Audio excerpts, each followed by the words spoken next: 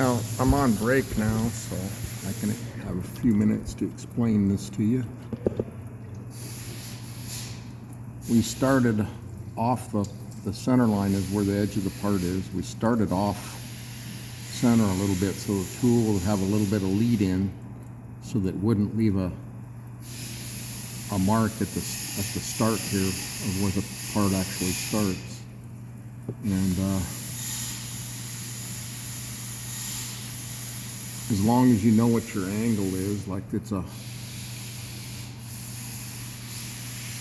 112, 52, 25, 112 degrees, 52 minutes and 25 seconds. As long as you know what that angle is, you can reset your Y lower below the part. We set it 310 thousandths below the part, and then the computer will automatically give you your X coordinate.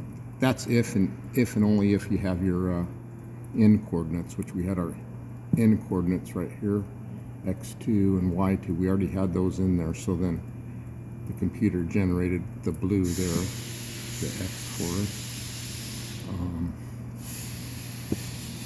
And basically, on the part we had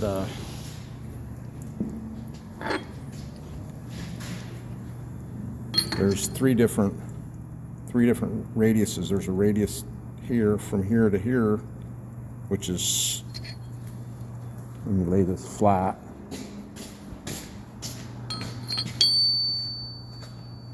The radius from here to here is less than the radius from here to here.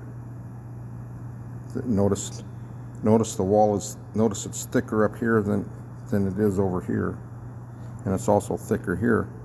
So we had a radius here, which is what that angle came up to, and then we had a different radius from here to here, which was a bigger radius.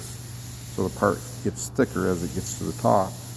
And then we had a different radius over here that was even thicker than what it is at the top.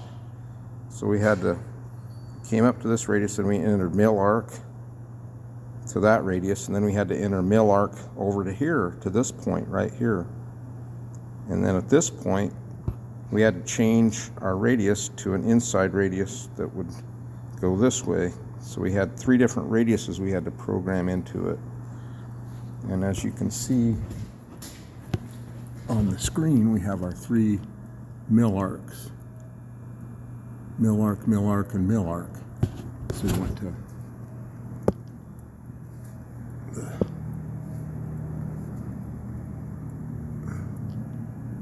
our arc, and that gives our radius. See our radius there, our first radius was 856.7. On our second arc, the radius was 973.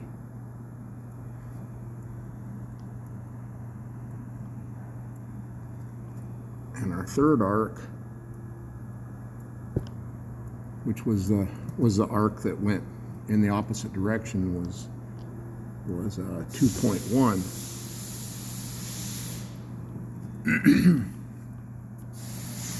Now, on our tool, and so when we set our tool with our program, we're using a 5/8 end mill. We used a 5/8 roughing end mill to rough out the profile, and then I came back with this carbide finish end mill. We used a roughing end mill like this. Roughing end mills have less tool pressure. They use less tool pressure and less horsepower, so you can take deeper cuts with them and a heavier feed rate than you can with a conventional end mill. And this is high-speed steel, so we did a high-speed steel roughing end mill and then a carbide finishing end mill. And what we do is we lie to the machine when we set up our tool. When we set up our tool, we tell it that it's 11/16 instead of 5/8. We lie to it so that when we rough out, it'll rough it a 32nd of an inch bigger. The part will be a 32nd of an inch bigger all the way around, or a 1/16 on the diameter bigger. if you tell it that you're using a bigger end mill. So we lied to it and said we were using 11/16 end mill when we roughed it in, and then we told it we were using a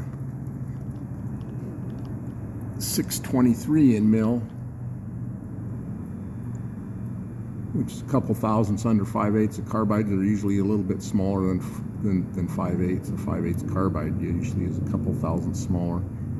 So we told it it was 623 when we did our finish end mill, and then that way it cleaned it up without having to change anything on the program. And this particular mill on the line and arc program,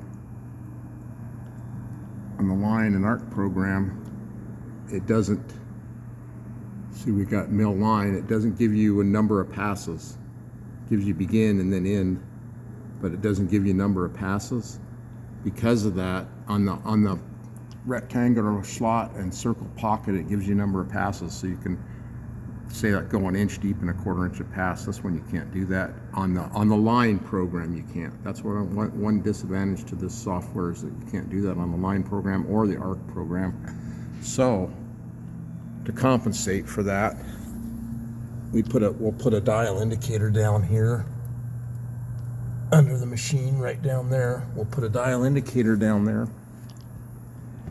and crank the table up 1/4 inch a pass when we're roughing it in. And so we rough it in 1/4 inch a pass. Then we don't, because otherwise I would have had to write 4 times. I would have had to write 4 times more on this program. It would have been 4 times longer, because we would have had to write a new line for each time that the spindle went down 1/4 inch. So rather than do that, we just put a 2 inch dial indicator on there and then just raise the table up 1/4 inch each pass. Saves us a lot of programming time, and it goes pretty fast. Anyway, I hope you enjoyed it. Thank you.